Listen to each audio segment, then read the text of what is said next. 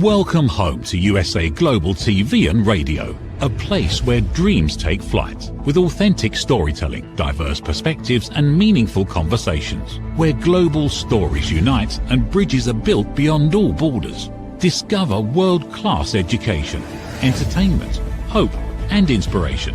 Together, we're building bridges worldwide. Subscribe to our channel, USA Global TV. Download our app, USA Global TV.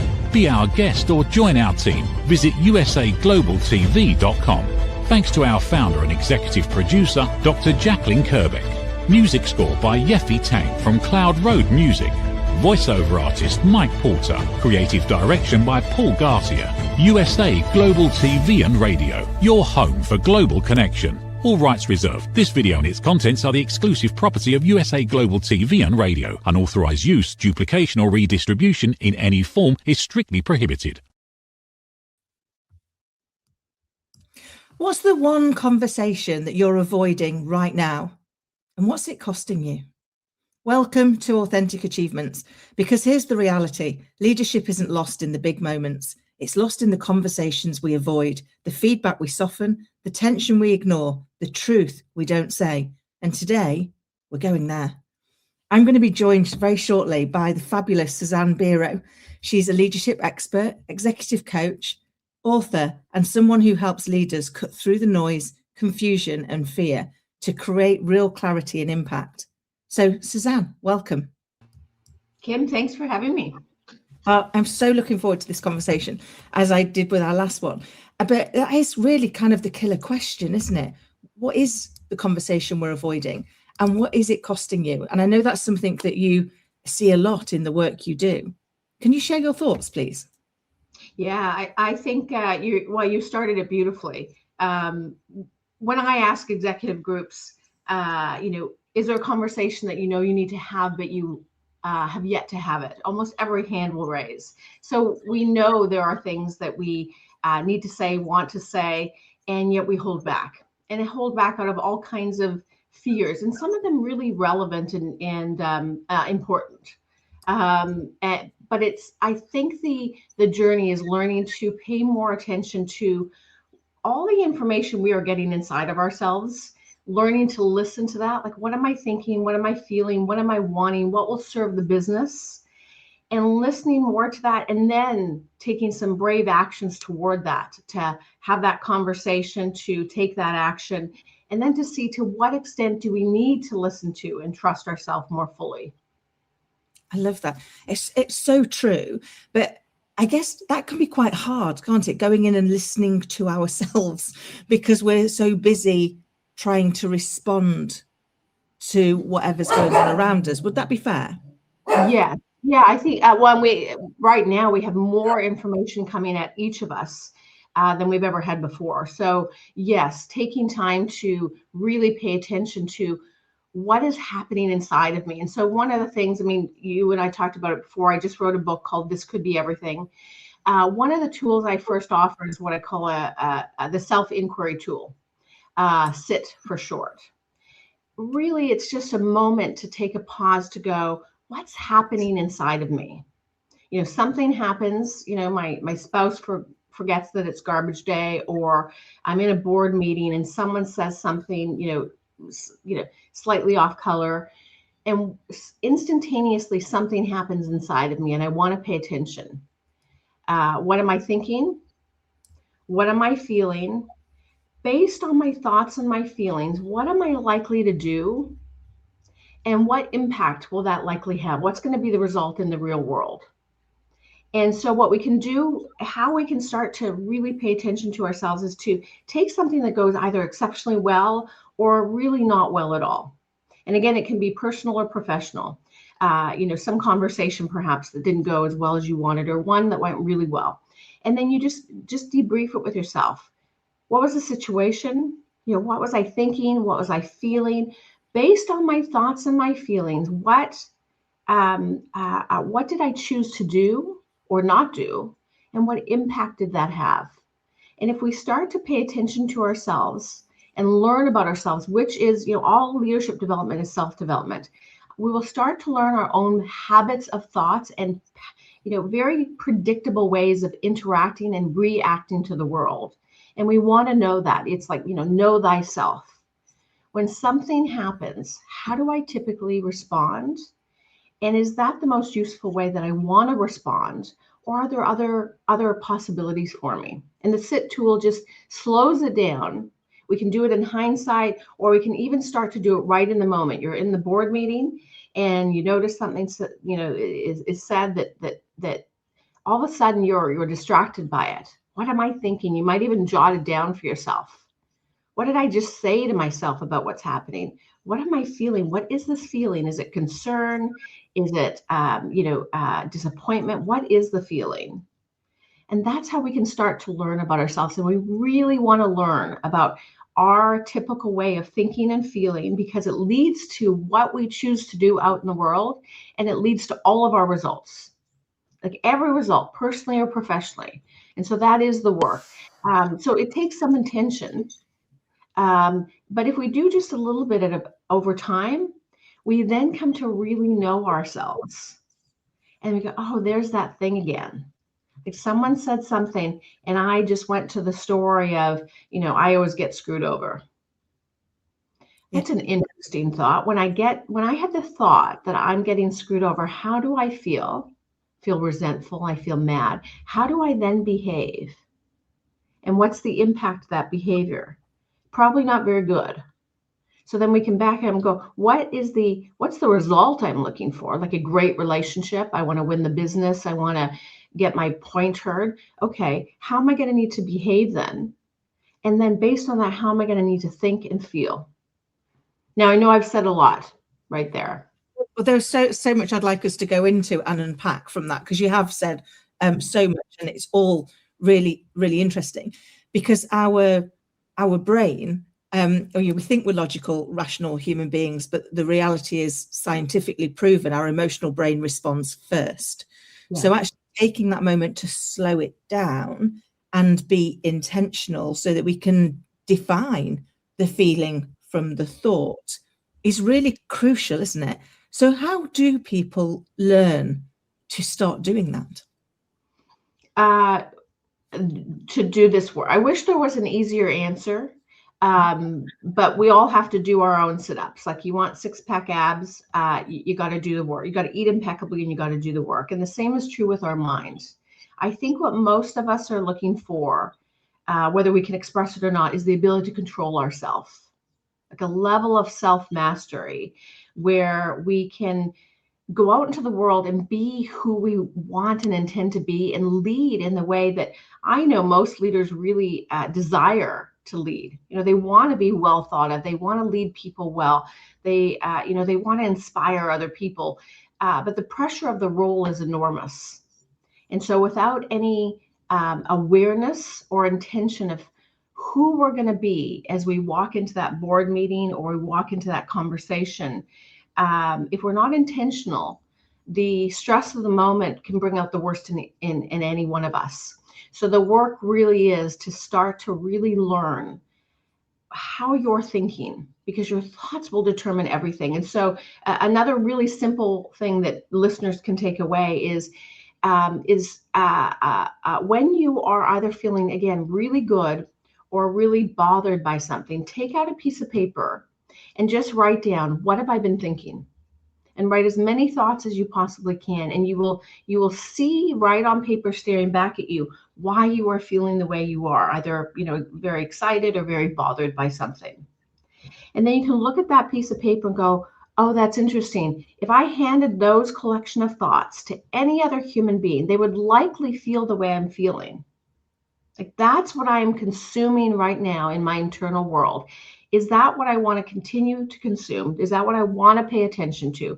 Or is there another way entirely that I could choose to think? Then you might tear out another piece of paper and write down, how would someone I really admire be thinking right now about this exact same situation? Or what's a way that I could think, not that I can get there right now, but that is a possibility. And that's a way that you start to play with where you focus your internal attention. Because I think so many of us take our thoughts as us. and we fail to question them. So one of the first big ideas I have in the book is, there are you and there are your thoughts. You are not your thoughts. You can watch them. That's really hit home for that part that says our thoughts are not us, because we do often muddle that up, don't we? I'm thinking it, therefore it must be me. And yet I know with my little girl, I'm constantly telling her, like, your thoughts and your actions are things you did. You are separate to those. You have the opposite is also available to you. You make a choice that doesn't serve you, you can make a different choice. And the same it is true, isn't it? If the thought, if the thought isn't serving us, we can choose to think something differently, but we have to be intentional. And I think that is, for me, one of the most crucial parts of kind of the conversation we're having is, as you so eloquently put earlier, you have to do your own sit-ups. No one can do it for you. You've got to go and sit with your thoughts, your actions, your feelings. But once you do that, you can really bring home the clarity, because I think that's the piece that we're really searching for, isn't it? Is clarity. Once we get clear, we're able to step in and own it. But what holds us back often is that lack of clarity. But what do you think is the real cost of avoiding that clarity as a leader?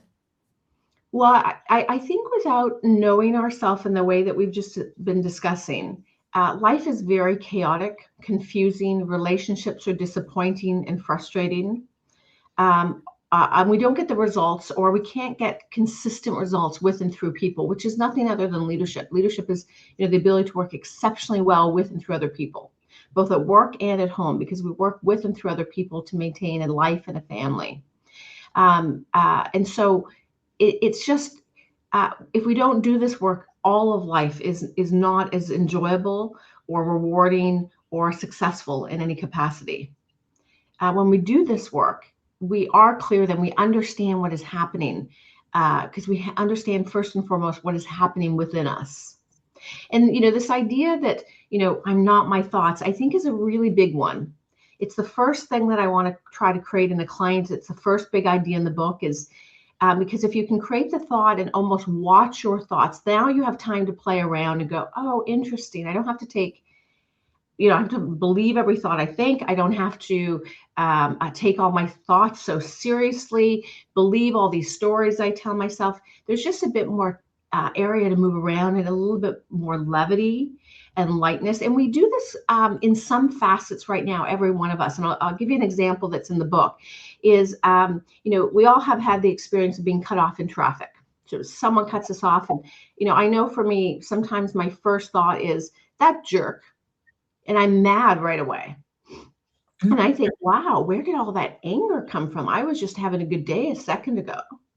But that must have existed inside of me for something so simple to pull it out. Because there's other days where I'm driving, someone cuts me off, and we've all had this experience as well, which is, whoa, that person must be in a hurry.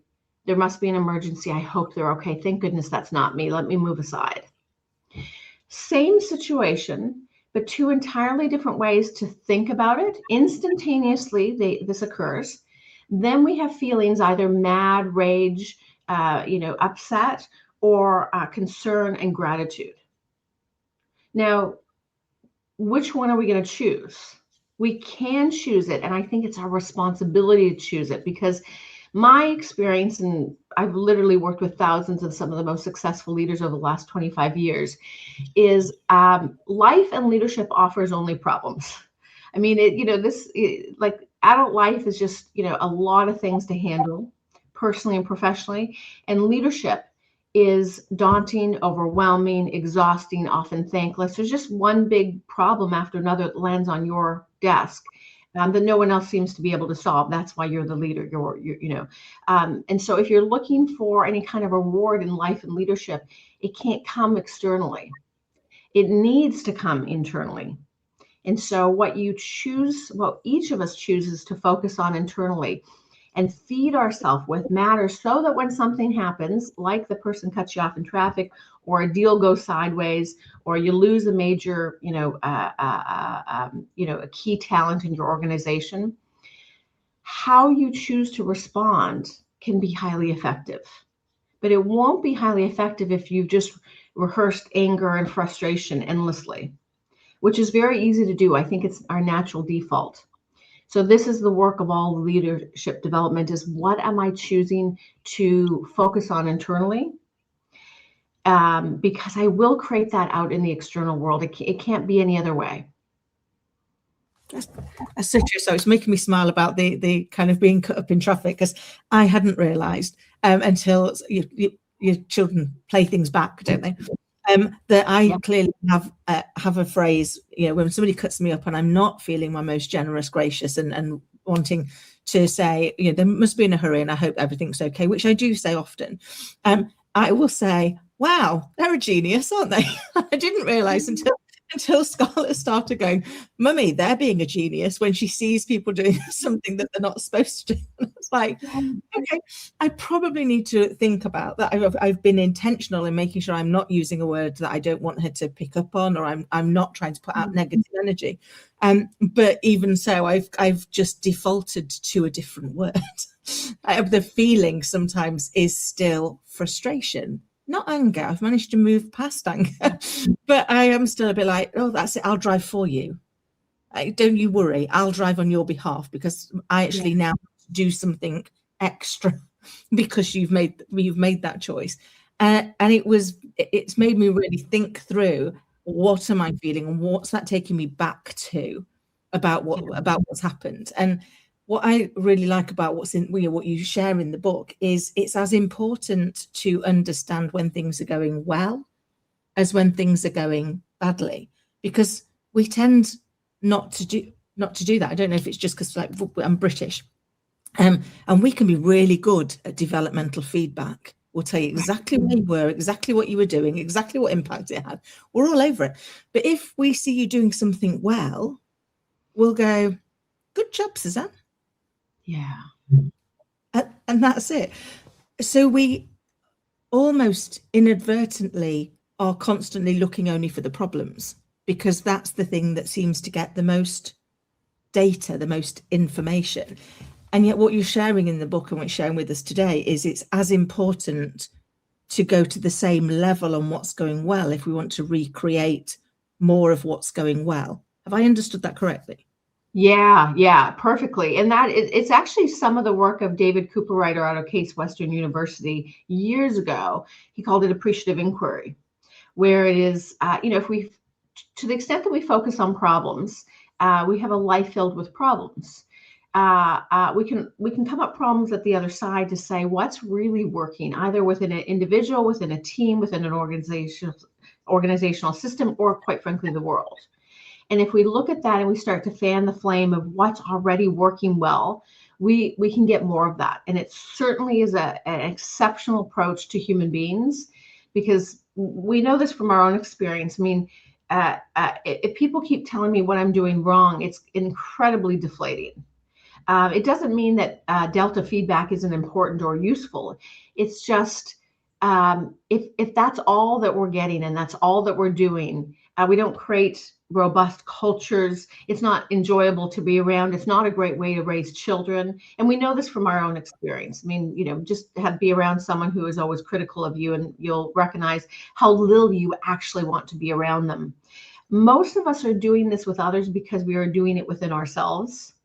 So the first place to start is to start to not just be your own inner critic, which is healthy and useful and, it keeps you humble, but also be your own inner champion. Like, what are you doing that you're really proud of? What are you really excited about? What have you been able to accomplish in your life? And hold both of those within yourself. Then you will naturally do it out in the world. But Kim, I love your example of even just being intentional with language. Like, I think it's quite brilliant what you've, and then you can see it through, children are such a great mirror. That's where we get self-awareness from children. Absolutely. Teenagers, I have 2 of them. I get to see a lot of myself, too much sometimes. It's like your use of language, because I don't think we're ever going to have a time like when someone cuts you off in traffic or says something, that throws you under the bus in a meeting. We're never going to be so zen that that's not going to bother us. I don't think that's the point. I think I have a saying that when something happens, my first word to myself is ouch. When because it hurts in some capacity, something hurts, and I'm acknowledging it to myself. Well, oh, that hurt. And then it allows me to dissipate it for a minute to go, okay, I'm not going to pretend that felt great. But then I'm going to go, okay, I noticed that I'm upset or hurting about something. Okay. And similar to you've acknowledged with your daughter, wow, that's, what was the phrase? Genius. Yeah. That you're acknowledging so that you can dissipate to say you're a genius. And then that's your thing. Okay, I'm going to take over and drive for both of us. And you're controlling the only thing you can control, which is yourself. And I think it's useful to not deny the reality of when we're upset or hurt or frustrated or really pissed off. It's just, we're not usually effective when we act immediately from there. It usually becomes a very low level way of reacting in the world. And not one of us is proud when we do it. And it's not effective, and it doesn't lead to our own long-term success. We shoot ourselves in the foot. But having that kind of language or something that you can acknowledge to yourself, hey, something just happened and I'm feeling something, so give me a second. And you give yourself the space with that, that phrase. And for me, the phrase is ouch. That makes so much sense, because one of the things that I've learned in kind of over the years in doing the self-work, but also in raising children, because they are a great example, is that every thought actually needs a response. Because if you don't give it a response, it's going to keep coming back to you. That feeling that is attached to that thought turns up. So the fact that you're saying ouch means you've given it a response. And we sometimes don't realize that that's a good enough response. I love the phrase that the quote, silence is a response and it's a powerful one. And no is a complete sentence. Yeah. And I think sometimes we forget that. So we now go down a rabbit hole of, I'm now really going to overthink this thought, instead of going, actually, I've acknowledged you. And now I'm going to choose what my response is going to be, because I want to be in control of that. And sometimes we have to take a moment to recognize whether or not we're in the right space. And I guess one I'd share, I remember once being in a particular conversation, and I knew I was really struggling with how I was feeling. And so it was a personal situation. And so I shared, I'm just going to take 10 minutes because right now I'm struggling to find a response I'm going to be proud of. So I'm going to take 10 minutes. I'm going to deal with what's going on for me. And then I'm going to come back and we can have the conversation, and hopefully it'll be significantly more productive. Wow. That is some kind of self-mastery. That is beautiful. Thank you. If we could all do that, because what you've just described is incredibly challenging. And what I love that you've just done is you've given everyone listening language for it. Because I think we don't have the language to say, I'm not doing okay right now. I need some time. Otherwise, whatever I do won't be beneficial in any regard. Yeah. Thank you. And it's so true, because I think it took me a long time to learn it, and I don't always get it right. But equally, what I learned is if I do a response that I'm not proud of, I know me, I have to then I have to go and apologize. And that hurts even more, because actually I know I'm not going to like the apology. So I try and stay intentional and choose to take a step away. Take a step away first. But you're so right. Sometimes it's finding the language to be able to have that conversation, and that's the bit that we sometimes find hard. We find it hard with our children, and we find it hard with everybody else that comes into our life. Is actually, and something that Dr. Jacqueline, heads the channel often shares with us, is it's about giving yourself permission to be intentional, to go, actually, this not only what works for you, but what's going to work for me, and setting that intentionally so that we don't have to absorb everybody else's frustration and anger and hurt. But we do have to work on our own. Is that something you've seen? Well, I love at the beginning of our conversation, you said, something brilliant that I want to put a pin in, which is, we have this idea that human beings can be logical, but of course we cannot be purely logical. We are primarily emotional beings, all of us. Throughout history, we've said women are very emotional versus men. It's simply not true. Men just the emotions that are socially acceptable are rage and anger, and so we see a lot of that from men historically, but we're all highly emotional. We can't make the way that we are wired. We have to go through the emotional part of our brain in order to make any decision. And this is why we spend, billions of dollars on advertising campaigns to create an emotional appeal, because that's what sells. So what we do is we make emotional decisions, and then we back them up with selected pieces of logic. And all of us are doing that. So emotions are not soft, skills, being emotionally intelligent. It's literally the core of everything we care about in life, because we are the most important thing in life is human relationships, and having great human relationships, either at work or at home. So what we want to do is really learn to pay attention to our emotions. There's such rich place of data of like, what am I feeling? Should I trust this person? I notice that I don't.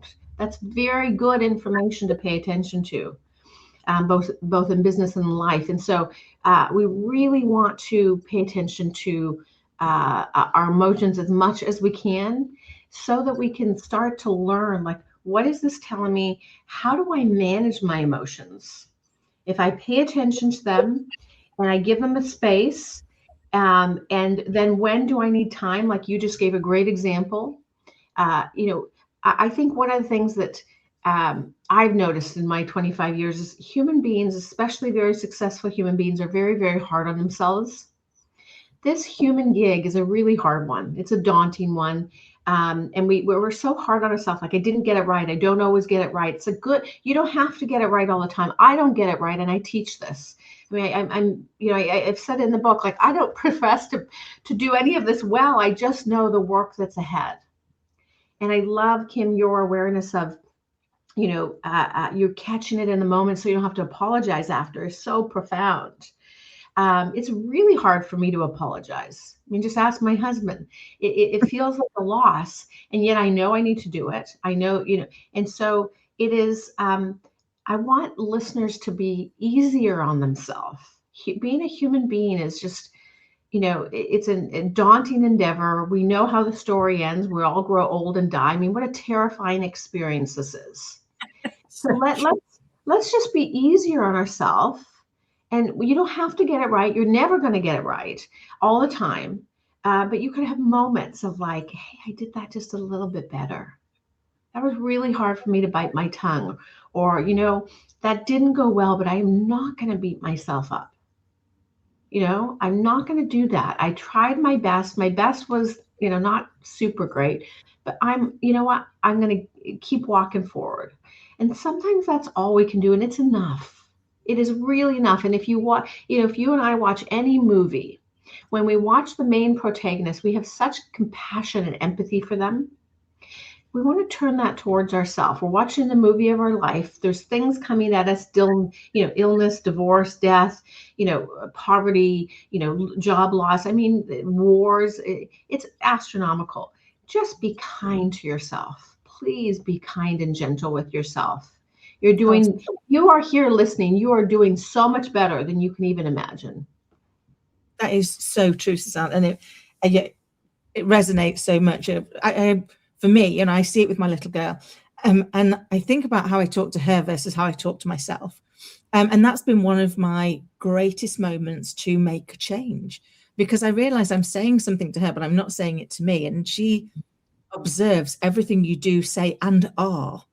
So if I'm doing and saying something to her that I'm not doing and saying to myself, she spots the disconnect. So I've learned so much more in the last 10 years of being her mum than I did in all of the years beforehand, which was, unless I can show that kindness to myself, I am not allowed to say I'm a kind person. Yes. That hurt, because I pride myself on being kind. And when I realized I was no longer allowed to carry that label until I started to be kind to me as well as others, it helped me make a change. Because you're right, there's a lot going on. There's a lot to try and handle. But what I really liked about what you were sharing is you used the term data or information. And actually, our emotions are a form of data and information. And the thing we crave is more data, more information. Every business I've ever been to, they want more data, more information. Sometimes they get stuck in that paralysis analysis. I haven't got enough data points. But actually, our mistakes are also just data. They teach us something we didn't know before. And so actually they're a good thing. And I think it was Warren Beatty who said that every time you make a mistake or a problem happens, you have to immediately think of 3 positive things. So as an example, the car's broken down. So we're immediately in the space of the car breaking down. He goes, isn't it great that I have a car? Isn't it great that I have somewhere to go to? Isn't it great I've got a phone to bring somebody to help me out in this situation? Because it helps the brain now start to see things that you want instead of things that you don't want, which it strikes me as a lot of around kind of what you share in the book, which is knowing you allows you to bring you to the world, and therefore the world responds in the way you would like it to, because you've gone in first, because everything happens in here before it happens out here, doesn't it? Yeah. Well, and what you've just touched on is so critically important for, there's a term, neuroplasticity. We used to believe that our brains were set by the age of 30. We now know this is not the case, that in fact, the more we think a thought, the more we will think that thought. And it is by repeating a thought that we strengthen in a very real way the neural connection in our brain. So we are literally building our brain each and every day by what we choose to think about. And then it becomes, just a neural connection that is like a super highway. We don't even have to be present to actually have that thought. And most of us, experience this when we're driving. We get home and we don't even remember how we got home, or we're standing at the fridge and we don't, remember going to the fridge. It's like, why am I standing at the open fridge when I'm not hungry? Because the brain, the instrument has taken over. And so we really want to pay attention to the thoughts that we are thinking, because we are literally building and strengthening our brain in that exact way. So if you want to have a thought, I always get screwed over, then you could keep thinking it. It will become a super highway. It will become so that you don't even question it anymore. It will become your reality, and you will live according to that thought. And then guess what? You will see that everywhere. Just like if I buy a red Miazda, I see a red Miazda everywhere I go. And so start to go, what world do I want to live in? How do I want to think about myself and people? And then the more you choose to think those thoughts, even if they feel kind of phony at first, the more you repeat it, the more it becomes a habit, the more it just becomes a strengthened neural connection in your brain. You'll start to think that without even being aware of it. And then what will happen is that will just be the world that you live in. And that's the most, I think, exciting thing that I can share with anyone here. I had a client that I worked with, and at the tail end of our work, he said, there used to be a lot of jerks in my world. He used a different phrase, but I don't know where they all went. Where did they all go? And it happens in quite short order. As soon as we start to go, no, the kind of world I want to live in. And it isn't to be, Pollyanna or like overly positive. It's just, right now in the world, there is innovation and excitement, and the world has never been better as far as healthcare and opportunity for most people. It's never been better than it is right now. That's true. The same is true. Is there's so much poverty. There are wars. AI is terrifying many of us. Both those things are true. Which world do you want to live in? Which one do you want to rehearse daily?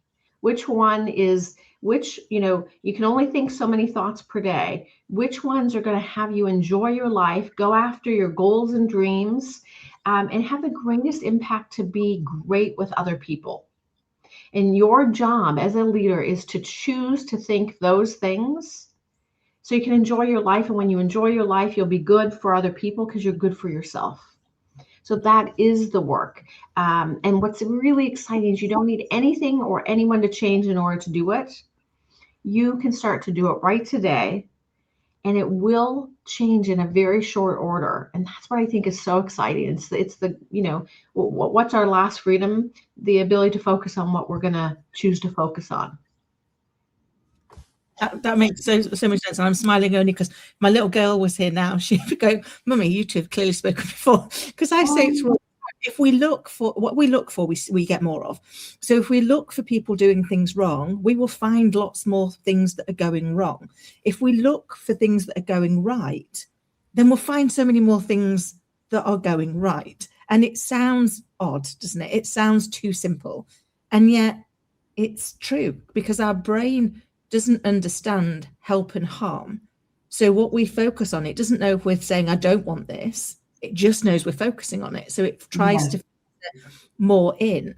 And one of the things that I've seen a lot in the work I do, and I'd love to know if you've done the same, is people are really good at what they don't want, but they're not great at knowing what they do want. So we set goals in the negative. I don't want to be overweight. I don't want to get old. I don't want to lose this job. I don't want to lose this argument. And all that actually does is drive us towards exactly what we don't want. Yes. Yeah. The unconscious doesn't register negatives. So we want to flip it every single time to, I would love this conversation to be, fun and rewarding, as opposed to, God, this could go sideways. Or I don't want to lose this business. I really want to add value in this conversation to this potential client. I mean, just, really think about how you want to conceive of things for yourself, because it changes everything. And you said something again so profound. I want to put a pin in it. It sounds so simple. It sounds too simple. And Lao Tzu, ancient Chinese philosopher, I think 15th century, said it exactly that way. My way is so simple, so easy to apply that very few will ever hear it or apply it. It really is this simple. And in some way it's simple, but it's very hard, because what you're going to have to do is let go of excuses. You're going to have to let go of old thoughts and stories, and you're going to have to actively think something new. And in that way, we almost become somebody new, because we start to think something different. We then feel differently. And based on our thoughts and feelings is how we choose to act out in the world. And then we get different results. It really is it's simple, but it is not easy to do. It takes some focus, some attention. But what's really exciting to me is that it pays off rather quickly. And then it gives us a control that I think many of us are seeking. Is, if all these, it's up to me. How do I want to be? And I get to learn how to control this thing called a human being that is highly emotional, to see if I can become who I believe I am deep within myself, and to show up with a kind of like lightness, funny, humor, connect with other people, make other people feel great, work well with and through them. I mean, then it just becomes more rewarding. And then things happen where, business lands in your lap, or, someone puts your name for it, and it's like, wow, it's all quite magical and fun. Oh, it is always such an absolute joy and delight to talk to you. I can't believe I've been so engaged in the conversation. And we're sharing on the screen for anybody that's watching us rather than listening. You're able to see how to get hold of Susanne and Susanne's book. And it is definitely worth a read. What I love is that you share such actionable items that we can do right now. So for everybody listening and watching, I hope you have found today's conversation to be as inspiring as I have, and are going to take that action to sit with yourself and just be present. What am I feeling? What am I thinking? What do I want to think and feel? Until next time, take care. Hey, you. Psst. Yes, you. Watching this right now. Are you creating content, a blog, a podcast, a newsletter, going live on Instagram or TikTok, and still not seeing real visibility or growth? Here's why. Anyone can post, anyone can go live, but not everyone is positioned to be taken seriously. Right now, people are going to YouTube to search for experts, for answers, for credibility. So while you're putting in the work, someone else is being seen as the authority. Not because they know more, because they're positioned better. Now imagine this. Your own professionally produced TV show, marketed, distributed, optimized with SEO so people can actually find you. Not just seen, but searchable, discoverable, positioned. You're trained, you're coached, you're guided. No experience necessary, but you do have to be coachable, because this is about stepping into a higher level. This isn't about doing more, it's about doing it right. We've already built the platform, 2 YouTube channels, a global audience, a Silver Creator Award. So the question is, how much longer are you going to rely on temporary visibility when you could be building real authority? If you're ready to be seen differently, go to usaglobaltv.com and apply to host your own show. This is for individuals who are serious about investing in their visibility, their credibility, and their growth.